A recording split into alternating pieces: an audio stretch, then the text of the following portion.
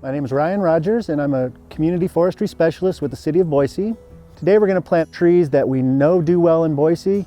You want to consider a tree that's appropriate for your climate and appropriate for USDA hardiness zones.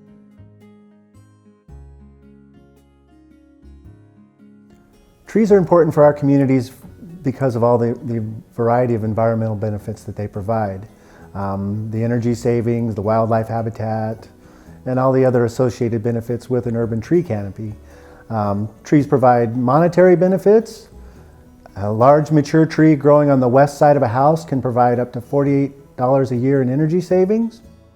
The most important consideration is planting at the proper depth. You want to plant so your root flare, that's the portion where the trunk transitions to roots and there'll be a visible flare there. You'll want your root flare to be at or above your final grade. So the most important thing is locate that root flare so you know how deep to dig your hole.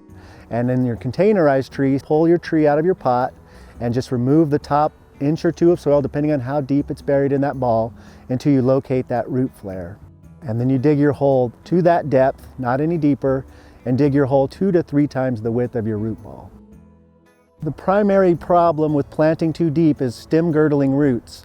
The roots need oxygen as well as water to survive, so if they're too deep, the roots tend to come back up toward the surface, and they've been growing in these containers or in balls, so they're already kind of growing in a circular pattern.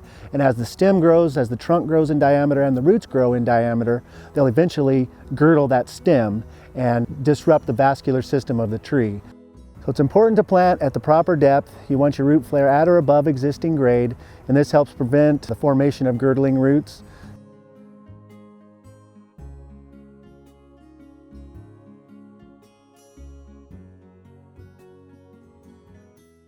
On our containerized tree, a lot of times the roots will circle all the way down in the pot. So once you find your root flare from your containerized tree, you also need to rough up or kind of fluff up, I sometimes will call it, the rest of those roots. If they have been circling in the container, you can just cut quadrants or use the pick and just kind of tease them out away so they're kind of growing more in an outer pattern instead of continuing to circle once they're in the hole. If it's too low, the smaller tree, you can just pull it back out and add more dirt. It's more important to make sure that you're planting it too high than too low. I'd rather err on the side of being too high than too deep. Some trees are marked on the north side with a paint mark, and that was oriented to the north when the tree was growing in the nursery. So if that's present on your tree, you'll want to go ahead and orient that to the north again. The reason for that is the southwestern side is what's exposed to the most harsh sun, and that'll help prevent sun scald injury as the tree starts to get bigger. And then start placing some soil around the ball of the tree.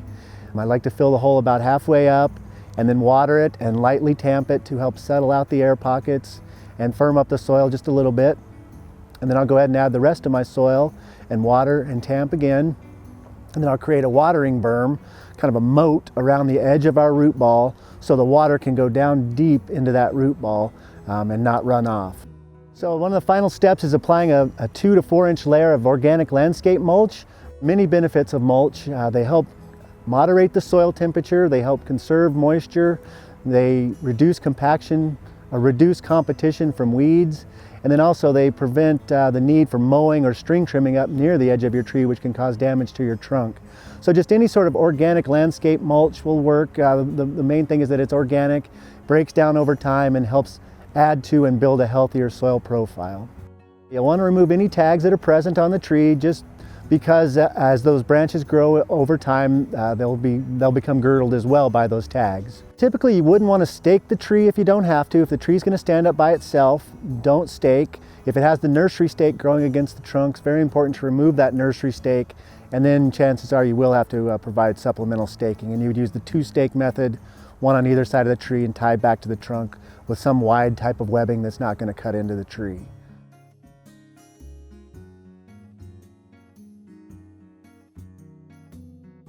One of the most important things about establishing a new tree is maintaining proper watering. Overwatering can be just as bad as underwatering from a tree, and the symptoms will often appear the same. So the main thing is you want to water deep and infrequently. You want the water to go down the entire depth of your root ball, and you'll only water maybe once every 3rd or 4th day during the hot of the summer, and then in the spring and fall maybe only once a week. But the main thing is to get that water down. Keep your root ball moist but not saturated. Typically, we don't recommend any pruning for the first couple of years, first year or two. The tree needs all those leaves on there to help develop that new root system. So if you do have any lower branches, you want to leave your lower branches on your tree and only prune anything that was broken or dead at the time of planting.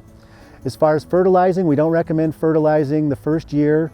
A lot of times that'll just push top growth and there won't be a root system to support it. So, after the second year, then perhaps a tree could benefit from some moderate fertilization, but not really heavy fertilization. We typically don't worry about fertilizing trees if you have decent soil.